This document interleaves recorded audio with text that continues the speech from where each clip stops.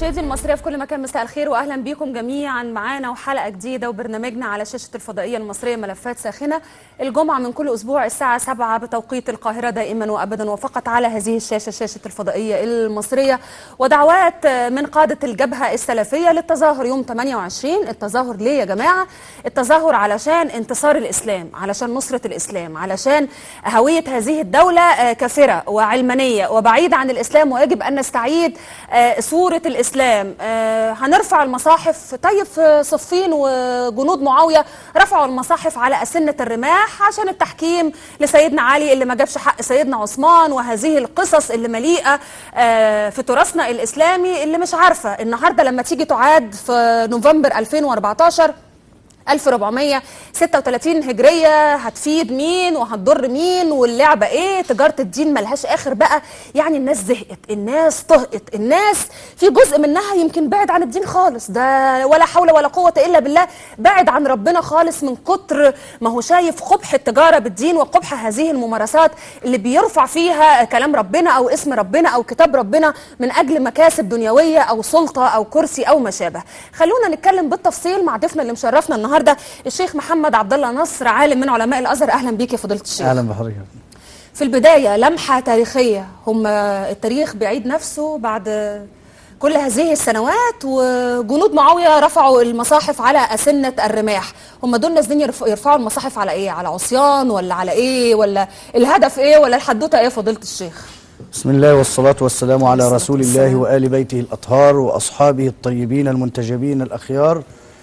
رب اشرح لي صدري ويسر لي أمري واحلل عقدة من لساني يفقه قولي. اللهم بين عني فإنني لا أحسن البيان وبلغ عني فإنني لا أحسن البلاغ. اللهم اشرح لنا الصدور ونور لنا القلوب والعقول. اللهم آمين. أنا أزهري لا تلين قناتي والأزهر الوضاء في قسماتي، لله ثم المصطفى ولجيشي ودولتي جمعا وهبت حياتي. في الحقيقة أن هؤلاء لا يملكون مشروعا للمستقبل، لذلك يعيشون في الماضي، هم أسرى الماضي. تيار الإسلام السياسي في الشرق الأوسط لا يعيش في عام 2014 1436 هجريا، إنما هو ما زال يعيش قبل سنة 40 هجريا. سلوكياتهم، تفكيرهم، هم معنا بأجسادهم أما أرواحهم في التاريخ، لأنهم لا يملكون مشروعا للمستقبل ولا يملكون مشروعا للحياة، لذلك لا يتكلمون إلا عن الموت، وحتى بعد الموت بالنسبة لهم جنس الجنة والحور العين المنتظرات لآلاف أو ملايين المجاهدين. يعني وكأن شعارهم اقتلوا من في الأرض تنكحوا الحور العين في السماء. للأسف الشديد. بس عشان نكون منصفين يجب أن نعلم أن هناك خطأ منا. الخطأ منا أننا لا ننقد تاريخنا وتراثنا. هم قاعدين يضحكوا علينا بقالهم سنين، الخلافة فرض ووعد. محدش طلع يقول لهم إيه الخلافة اللي انتوا عايزينها وحصل فيها إيه. فإحنا نحكم الشعب المصري، شعبنا الطيب اللي هو منبع الدين. مصر قبل أن يأتي اليهودية والمسيحية والإسلام كان عندنا النبي إدريس الذي قال عنه الله ورفعناه مكانا عليا. صحيح. فنحن أهل التوحيد ومنبعه، منا تعلم أهل الأرض كلهم كيف يعرفون الله سبحانه وتعالى. وأرض مصر تجلى الله فيها، يعني مش بس نزلت فيها الديانات، ولكن الله سبحانه وتعالى جل شأنه تجلى في هذه الأرض. نعم، المكان الوحيد الذي تجلى الله فيه هو جبل الطور في سيناء، والأرض المقدسة التي قال الله عنها للكليم موسى اخلع عليك إنك بالوادي المقدس طوى. مصر، هذه مصر التي يكفرون شعبها وأهلها. نشوف فكرة الخلافة. هو في نظام سياسي في الإسلام، نظام للحكم؟ لا. طب امال جايبين منين فكرة الخلافة؟ يقول لك أصل الصحابة عملوا خلافة. امال الرسول عليه الصلاة والسلام كان بيحكم ازاي؟ مش بالإسلام وبكتاب ربنا؟ نعم. وبدستور النبي صلى الله عليه وسلم. كان عنده دستور مدني بالمناسبة. وتخيل ان دستور دولة النبي كان قائم على ايه؟ عليه الصلاة والسلام. كان قائم على المواطنة مش على الدين. وثيقة المدينة، وكلمة وثيقة أو الصحيفة في اللغة العربية تعني الشيء القوي. ربنا يقول ميثاقا غليظا. شوف ربنا يقول ايه بقى. لا يقول ان لما تيجي تبني دولة ما تعملش فيها تمييز ديني، لأن الدين لله سبحانه وتعالى. فيجي النبي صلى الله عليه وسلم يعمل دولة المدينة ويعمل وثيقة المدينة، مكتوب في المادة الثانية: وحزني على ما حدث لنا بسبب المادة الثانية. ده في دستور دلوقتي، مش في دستور سيدنا النبي. ده في دستور دلوقتي مادة ملغمة. شوفي بقى في دستور سيدنا النبي صلى الله عليه وسلم، عليه الصلاة والسلام، كان عايش معاه يهود ومشركين وصابئة، كل الأجناس والأعراق والأديان.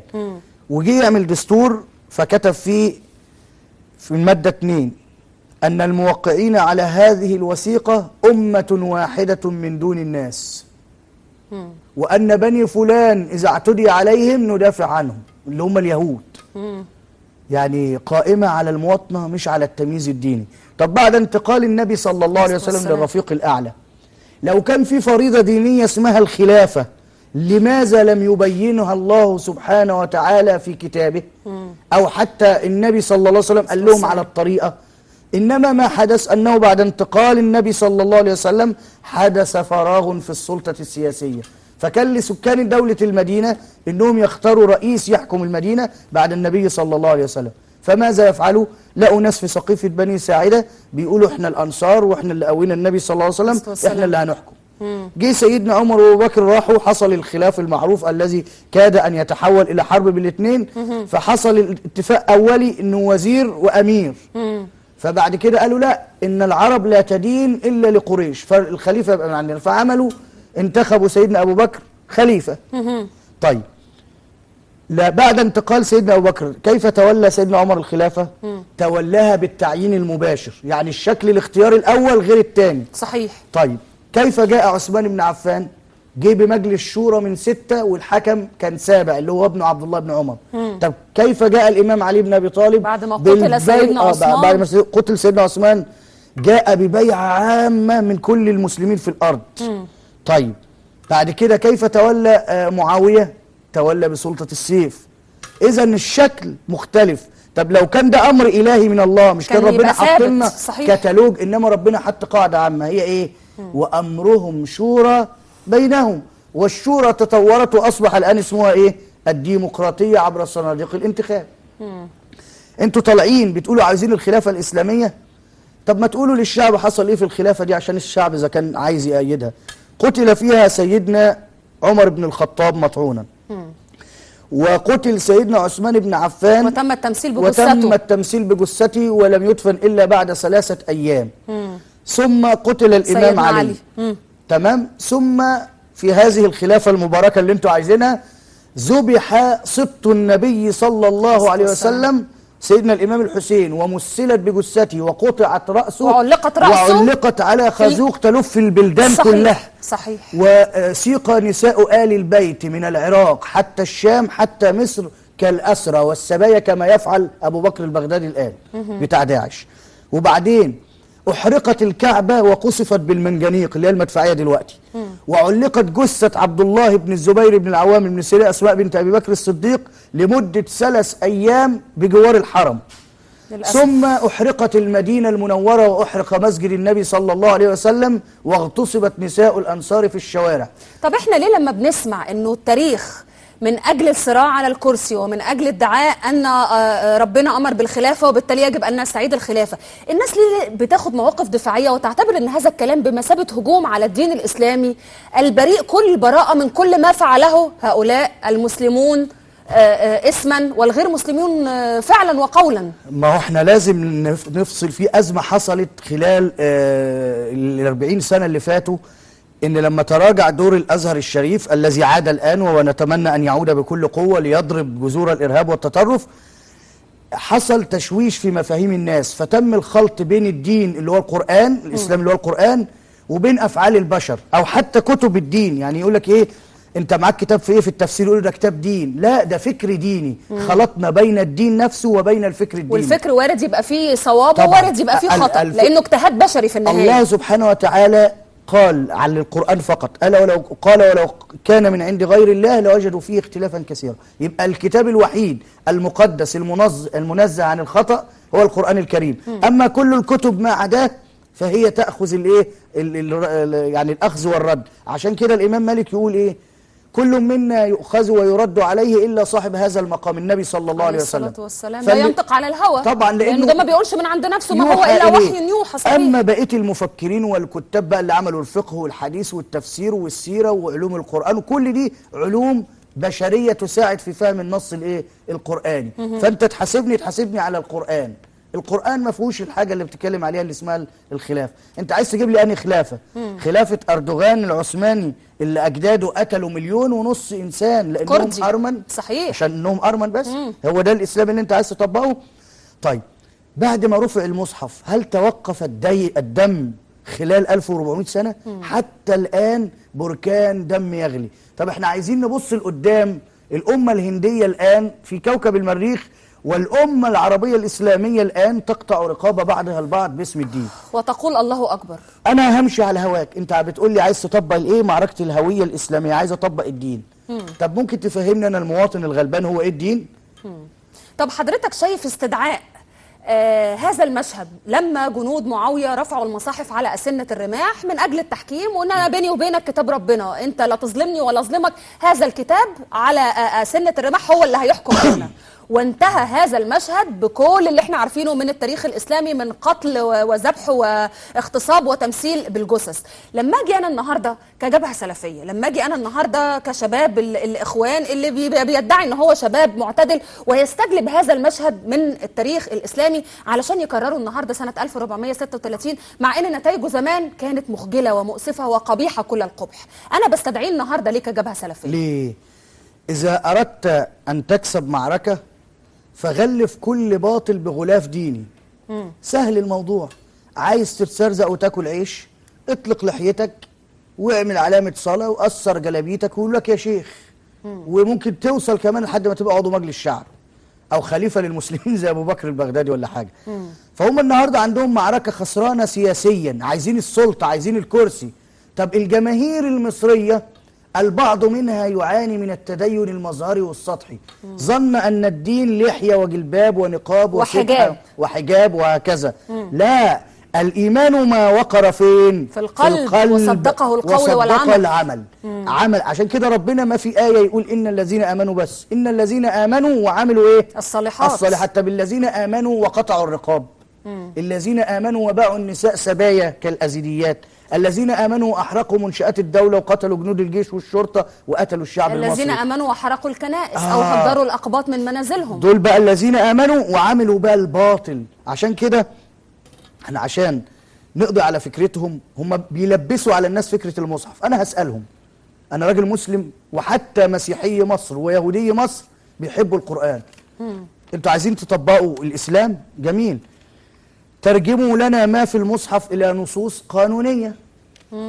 قل لي كيف أحل مشكلة المرور صحيح. من منظور القرآن. ما فيش آية في القرآن بتقولك لو كسرت الإشارة. أيوة. قل لي كيف أحل قانون الحد الأدنى والأقصى للأجور. التأمين الصحي، التأمين الصحي، التعليم، العمال والفلاحين. قل لي كل قضية في مصر ترجمها لي من القرآن إلى نص قانوني واعمل حاجة جميلة ربنا أمرك بيها. ربنا قال لنا إيه في القرآن؟ قال فكرة بقى إن في ناس تقول إحنا وكلاءه وسكرتارية ربنا. يا بيقول لي النبي أهو، بيقول له يا محمد أنت هو اللي نزل عليك الوحي، فذكر إنما أنت مذكر لست عليهم بمسيطر إلا من تولى وكفر. فمين اللي يعذبه بقى؟ مش الجبهة السلفية. فيعذبه الله بيعذب إمتى؟ مالك يوم الدين، أي يوم الجزاء وإقامة القانون. تمام؟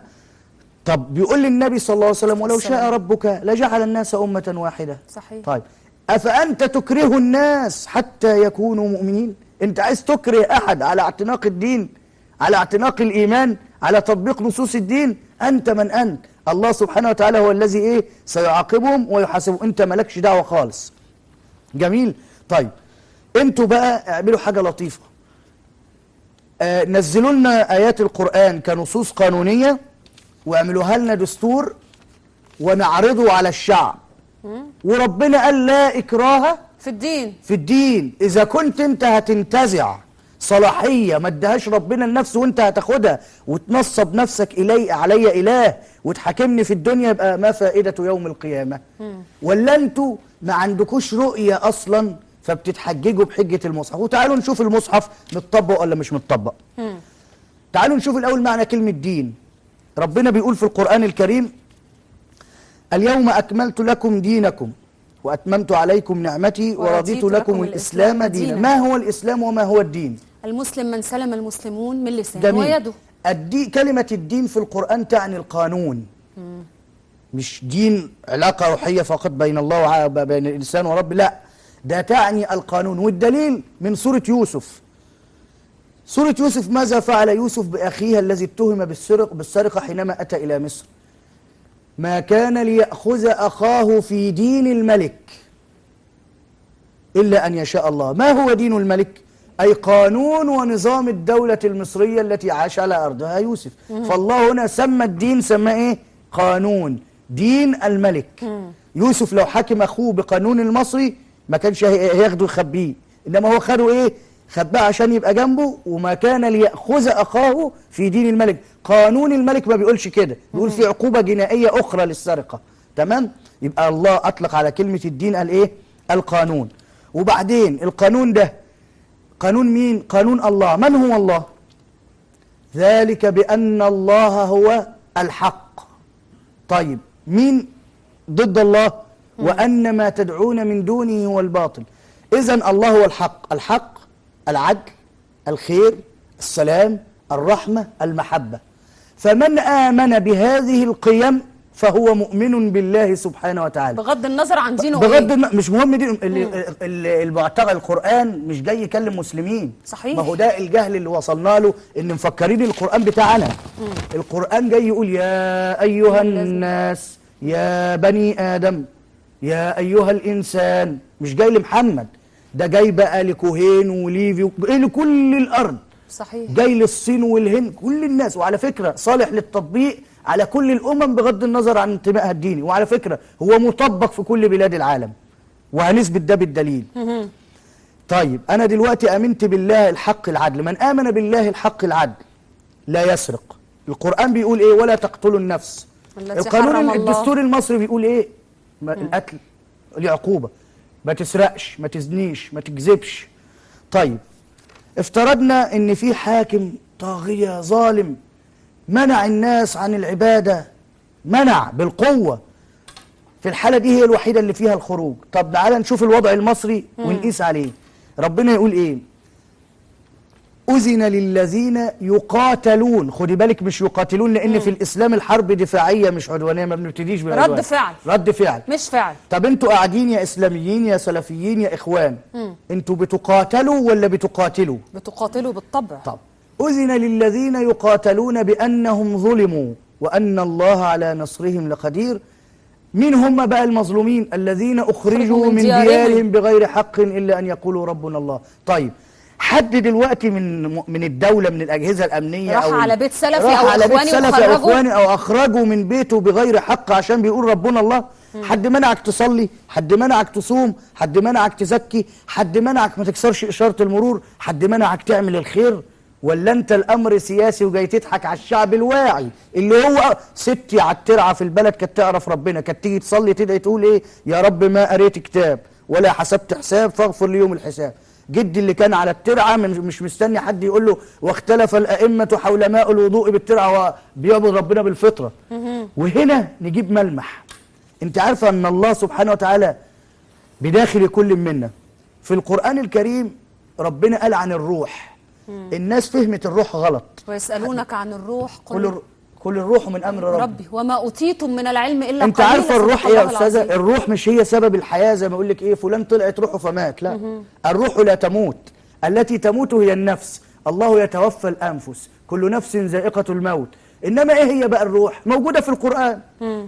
يعني الروح مش لغات، موجودة في القرآن. ربنا يقول في القرآن: ثم أتوهن من حيث أمركم الله. بيتكلم هنا عن جميع النساء. أنا مسكت المصحف من الفتحة للناس عشان أدور على المكان اللي ربنا أمر الرجال فيه بجماع النساء اللي هو فرج المرأة، مش مذكور في القرآن.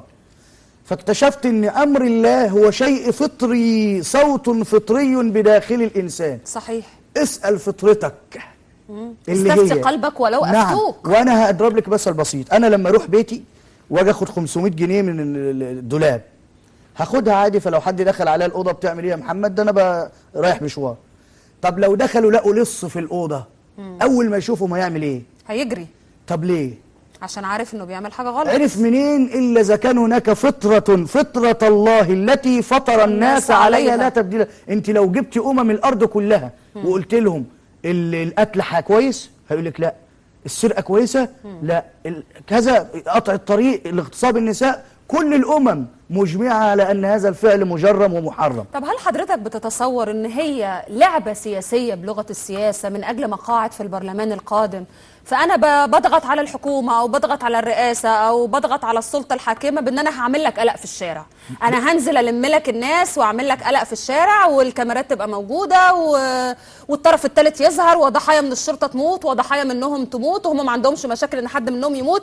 المصحف مرمي في الارض عليه دم او بتدهسه الاقدام والعياذ بالله، وتصور هذه المواد او الشطات او اللقطات وتبث ان هذا ما تفعله الحكومه المصريه بكتاب الله. ما هو ده السيناريو. هل هي معركة فعلا من أجل الإسلام ولا معركة من أجل البرلمان؟ بالنسبة للقيادات من أجل الكرسي.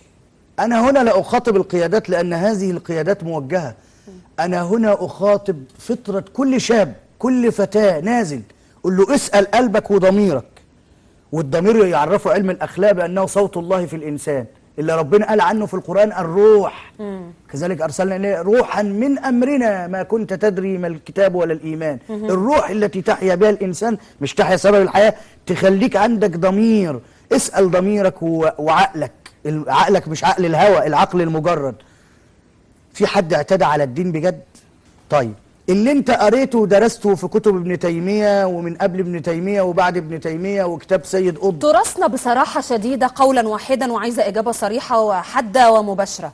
تراثنا فيه لغط بيسبب للشباب اللي مش عارف حقيقة الدين انه يبقى في الحالة الذهنية ديت، انه يبقى متصور ان الاسلام هو دين يدعو للجهاد، هو دين يدعو للقتل، هو دين يدعو ان هو لو فجر نفسه او فجر جنود لانهم كفار او فجر مدنيين لان ديت ده شعب كافر انا هروح الجنة فعلا وهيستنوني الحور العين. هل تراثنا في ما يخدم هذه الافكار الهدامة؟ بمنتهى الصراحة يا فضيلة الشيخ. بمنتهى الصراحة ازاي؟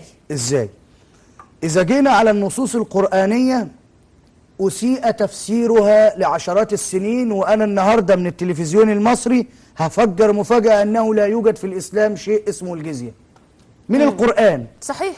تمام؟ مفيش حاجة اسمها نروح نقتل واحد وناخد أو نحاربه عشان ياخد منه قتاوة اسمها الجزية، مفيش. بالنسبة لكتب السنة تريد تنقية، زي ما ست في الدار بتنخل الدقيق عشان تنزل منه الردة ويفضل الدقيق، بس لازم ننخل كتب السنة. لما ألاقي حديث بيقول لي بعثت بالسيف وجئتكم بالذبح وأمرت أن أقاتل الناس حتى يشهدوا أن لا إله إلا الله وأن محمد رسول الله، لما سيرة ابن هشام تقول لي أن النبي صلى الله عليه وسلم قتل 700 طفل من أطفال يهود بني النضير لمجرد أنهم مستنبتين، يعني ظهرت عليهم علامات البلوغ، وأنه قتل زوج صفية بنت حيي وابنها وتزوجها في نفس اليوم. ده كلام تأباه الفطرة، مع أن القرآن يقول وإنك لعلى خلق عظيم وما أرسلناك إلا رحمة للعالمين. فأنا هنا بخاطبك بفطرتك. اسأل نفسك لما ابن تيمية يقول لك في كتابه كلمة يستتاب أو يقتل 239 مرة وتلاقي ربنا اسمه السلام، سوء الفهم وصل لإيه يا أستاذة؟ كل آية في القرآن فيها قتال يظنها قتال.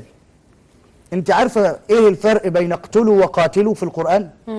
اقتل، أنا ماشي بسكينة ولقيت حضرتك ماشية قمت طعنك موتك. إنما قاتلوا معناها تدافع بين فريقين، حتى جاء من الاقتتال، ففي طرفين، طرف معتدي وطرف بيرد العدوان. دائما المسلم ربنا قال إيه؟ وقاتلوا في سبيل الله الذين مين؟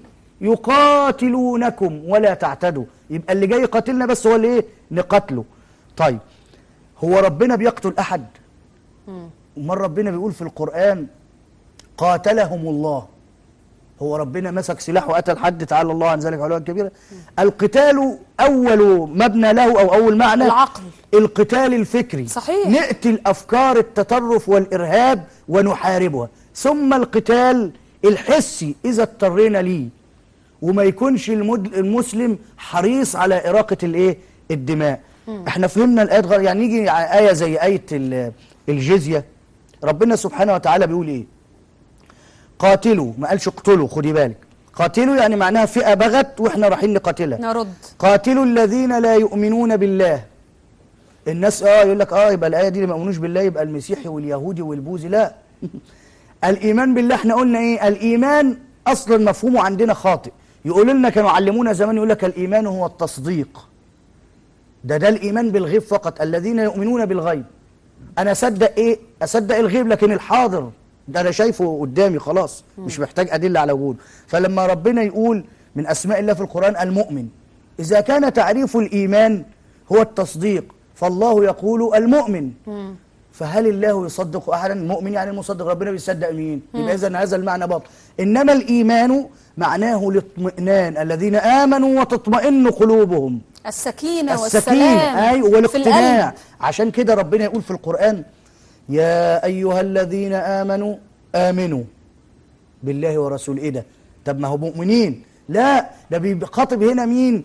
المؤمن المطمئن الواثق الباحث عن الحقيقة. بيقول لهم أيها المؤمنون تعالوا آمنوا بمنهج الله ومنهج إيه؟ رسوله صلى الله عليه وسلم. تمام. يقول لك قاتلوا الذين لا يؤمنون بالله. طب الله هو مين؟ قلنا الله هو الايه؟ ذلك بأن الله هو الحق. طالما هم ما بيؤمنوش بالحق يبقى بيؤمنوا بالباطل. طب واللي بيؤمن بالباطل هيعمل ايه؟ يبقى ضد الله، هيسرق ويقتل، ما هو ما عندوش وازع. طب اتنين، ولا باليوم الآخر. اليوم الآخر يعني مش عارف ان في حساب في الآخرة. فيقول لك ايه يا عمي، ما نعمل ايه؟ ما نقتل واقطع الرؤوس واغتصب النساء وادمر دولتي واقتل جيشي واقتل الشعب، وفي النهاية ما فيش حد هيحاسبني. قاتلوا الذين لا يؤمنون بالله ولا باليوم الآخر ولا يحرمون ما حرم الله ورسوله. ربنا ورسوله حرموا ايه؟ ربنا ورسوله حرموا الأكل والزنا وسفك الدماء والعدوان على الآخرين. وبعدين ولا يدينون دين الحق. قلنا الدين اللي هو القانون، الحق اللي هو عدم الاعتداء على الآخرين. وكلمة دين هنا تاخد أكتر من معنى، تيجي حتى على الدستور كمان. من الذين أوتوا الكتاب. واحد هيطلع هنا يبص اللي بيشرحوها غلط، يقولوا من الذين أوتوا الكتاب. من الذين أوتوا الكتاب؟ يقولوا المسيحيين واليهود. لا، خلطوا بين أهل الكتاب وأوتوا الكتاب. إذا ذكرت أهل الكتاب قصد بها اليهود والمسيحيين. أما إذا قصد إذا أطلق لفظ أوتوا الكتاب مقصود بها مين؟ أمتنا حتى المسلمين أهل كتاب. ليه؟ لأن نزل علينا الكتاب. ولا تسمعن من الذين أوتوا الكتاب من قبلكم أذى كثيرا. طيب إحنا النهاردة من الذين أوتوا الكتاب من بعد ما نقول إيه؟ الذين دخلوا الاستوديو من قبلنا، إذا نحن الذين دخلنا إيه؟ لاحقا بعدهم. جميل. هتسمعوا منهم أذى. فربنا بيقول لي إيه؟ من الذين أوتوا الكتاب. يقول لك الآية دي يقول لك ده نازلة في اليهود والمسيحيين. لا، ده حتى كلمة كتاب في مفهومها الأوسع في القرآن تعني الدستور، تعني القانون، تعني الشيء العظيم الذي يجتمع الناس حوله. قلنا ولا يدينون الحق. وبعدين هم بيعتدوا على المجتمع وبيعملوا جنايات. احنا مش معترفين بلا بقانون ولا دستور، احنا خرجنا على الدولة. طب في حاجة في الإسلام أنا بص يا فضيلة الشيخ، ده أنا هجيب معاك من الآخر. أنا شايفاك كافر، أنت راجل كافر خلاص، قولا واحدا أنت أمام الله كافر. من حق أقتلك؟ من حقي اجي عليك واغتصب زوجتك او اطردك من بيتك او استحل مالك او اسرق تجارتك لانك كافر؟ ده انا هفترض ان خلاص احنا كافرين، يعني بص لدرجه لا. ايه؟ احنا الشعب المصري شعب كافر. هل يجوز لمن يعتنق الاسلام من السلفيين او الاخوان ان يعتبروا نفسهم سكرتارية ربنا وجنود ربنا وييجوا يقتلوني او يسرقوني او لان انا كافره؟ انا مش مصدقه في وجود ربنا، انا مش مؤمنه بالاسلام. هل يحل دمي؟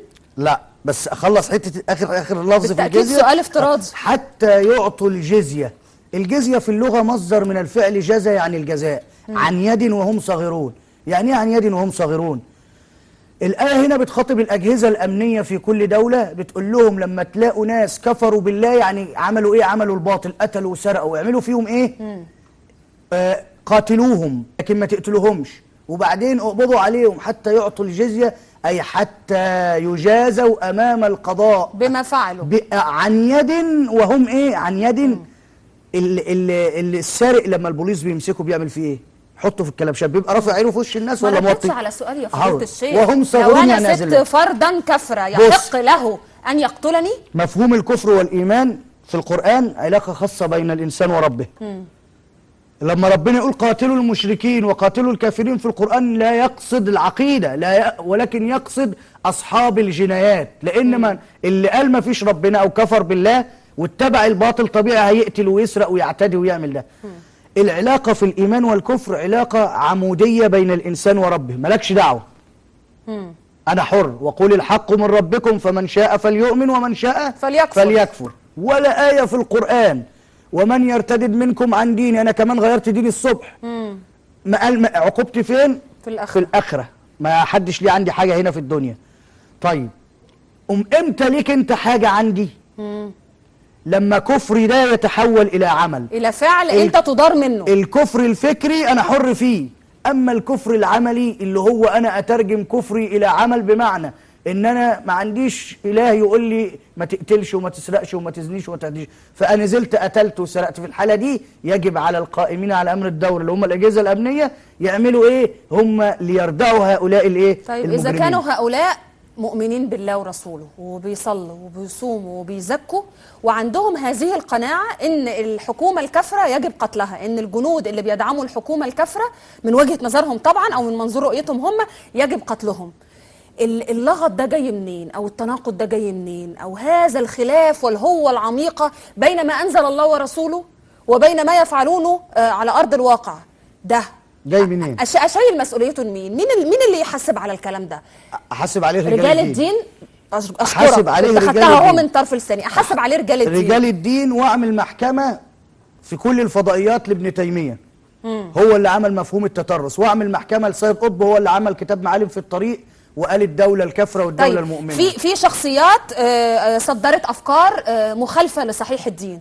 الشخصيات الموجودة حاليا لماذا لا تصوبوا؟ لماذا لا تصححوا؟ لماذا لا تنقذوا الأجيال اللي مخها اتغسل بهذه الأفكار الهدامة يا فضيلة الشيخ؟ إيدي على إيدك. النهاردة الجمعة اهو أنا بنادي على الإمام الأكبر، مؤسسة الأزهر الشريف زادها الله إعلاء وشرفا، دار الإفتاء المصرية، وزارة الأوقاف، وكل الكتاب المستنيرين بعقد مؤتمر خلال هذا الأسبوع وليس الذي بعده، ونقعد فيه ونطلع بنتيجة أنه لا يوجد في الإسلام فريضة اسمها الخلافة الدينية، لا يوجد حد ردة في الإسلام، لا يوجد تكفير للآخر، نطلق حرية الاعتقاد.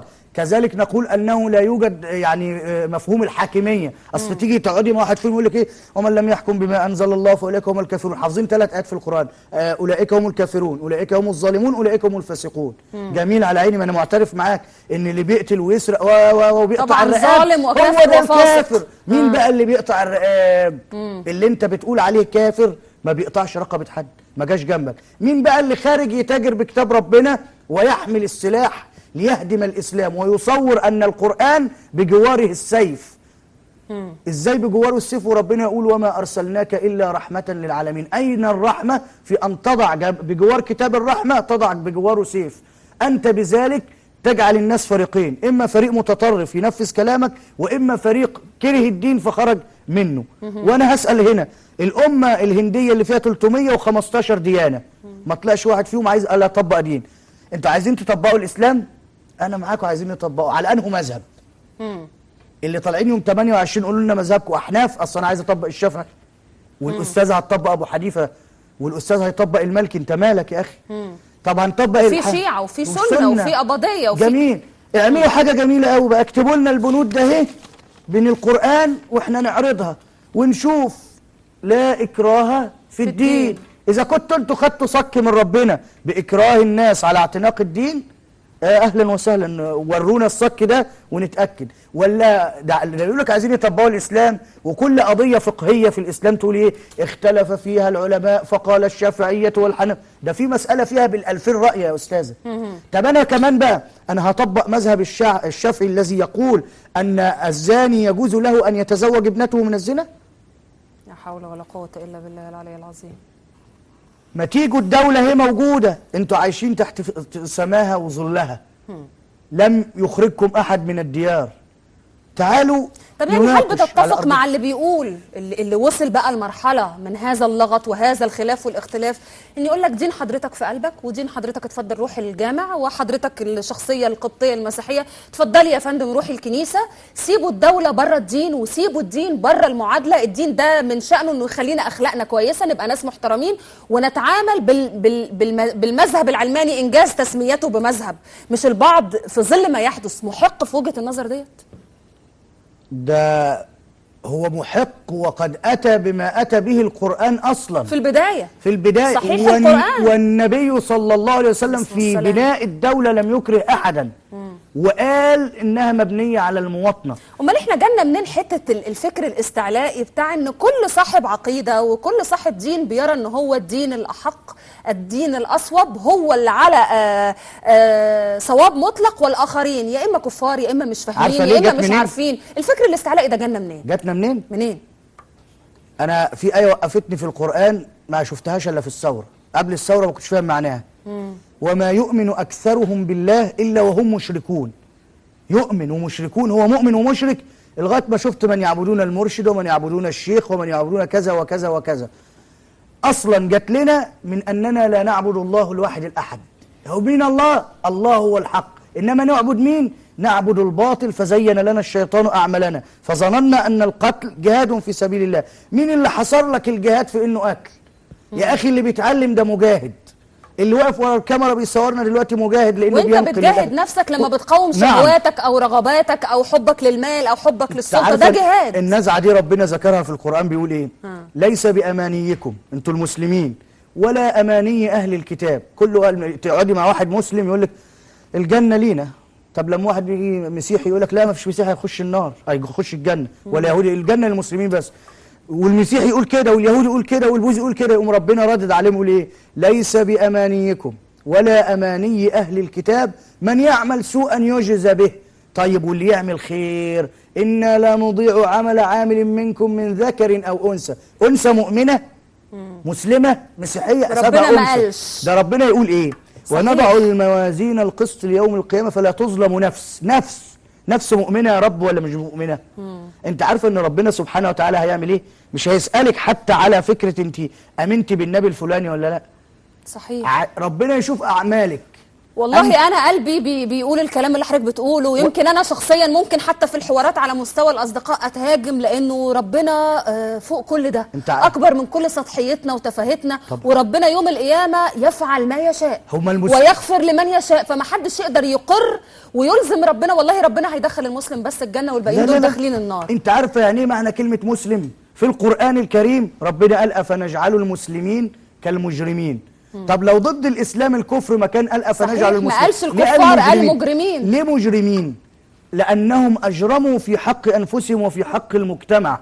أما المسلم هو الذي سلم الناس من لسانه ويده، لكن اللي قطع الرقاب وبيهد الجيوش وبيحرق دول وبيخرب العمران ده اسمه إيه؟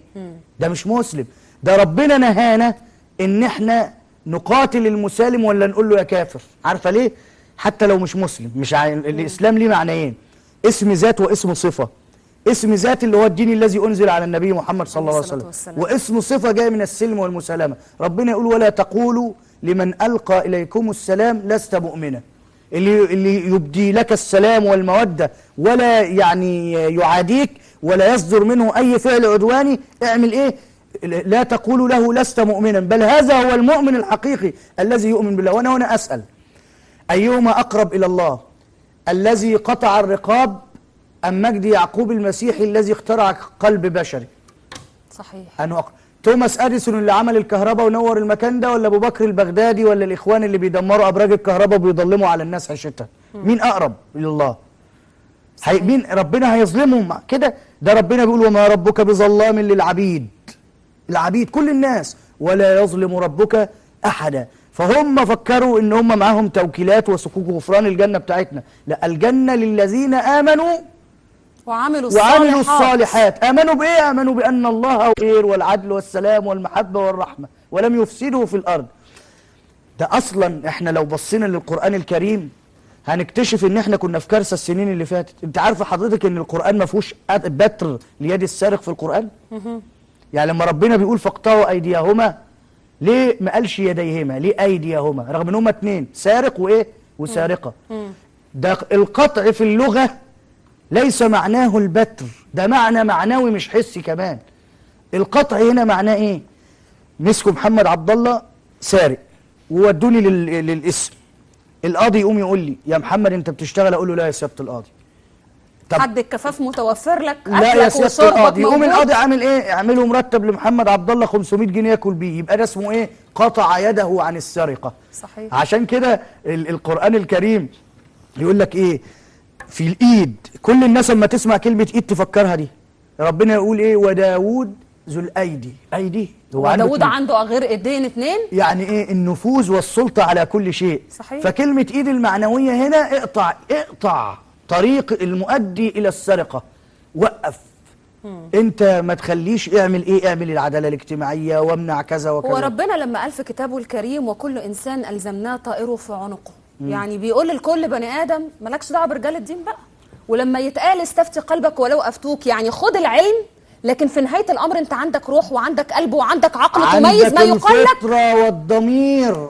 الضمير هو صوت الله في الانسان. الفطره فطره الله التي فطر الناس، مش فطر المسلمين، فطر الناس عليها، لا تبديل لخلق الله. بالعكس بقى، ده رجال الدين هم اللي بيحرفوا الفطره. فطره الانسان بتقول له ما تقتلش، لكن ابن تيميه وابن مش عارف مين وحديث ايه وبتاع ايه يقول له امسك السيف وجز الرقبه. وحتى فاهمين الايات اللي ابتدوا لقطع الرقاب في هو في القرآن. تأويل في القرآن اصلا يعني موصلنا للمشهد اللي احنا فيه من اساءة التأويل او التأول على الله انه ده ربنا يقصد كذا، وهو الفكر السقراطي ان كل بني ادم متصور ان هو اللي فاهم قصد ربنا ومقصود الرب، لكن انتوا مش فاهمين فخلوني انا افهمكم.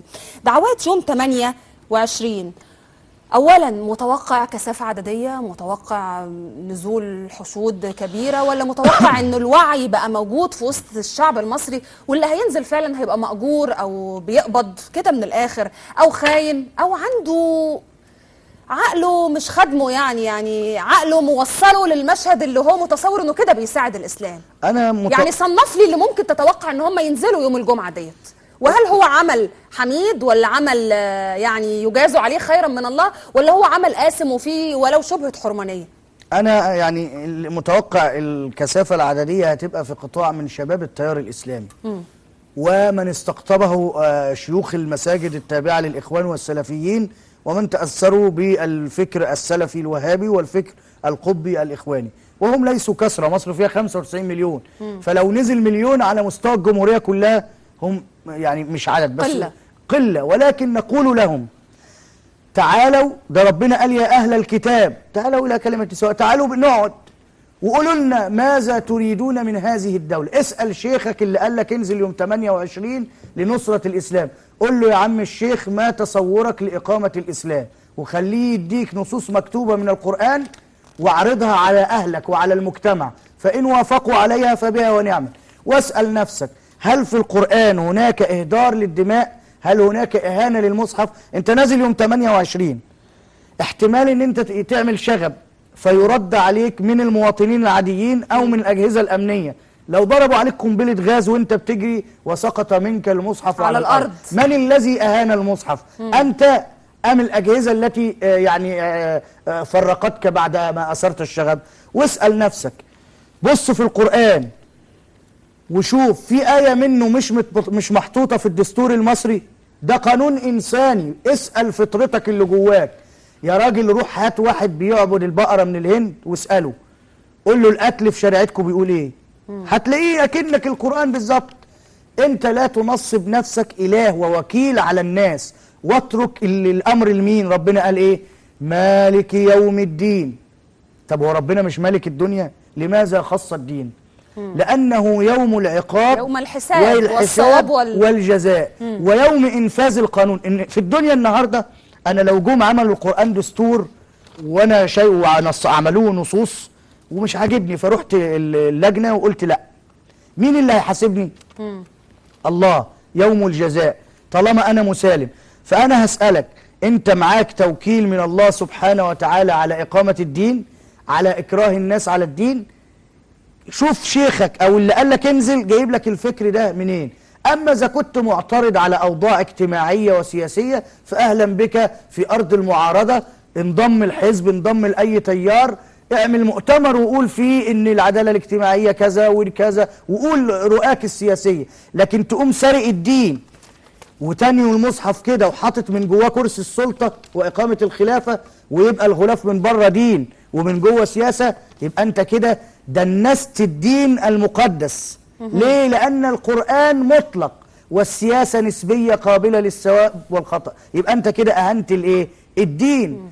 أنا بنادي عليك وبقول لك تعالى نحتكم إلى صوت الفطرة الإنسانية والعقل وإلى كتاب الله، وارجع في القرآن شوف النص بيقول لك الذين أخرجوا من ديارهم.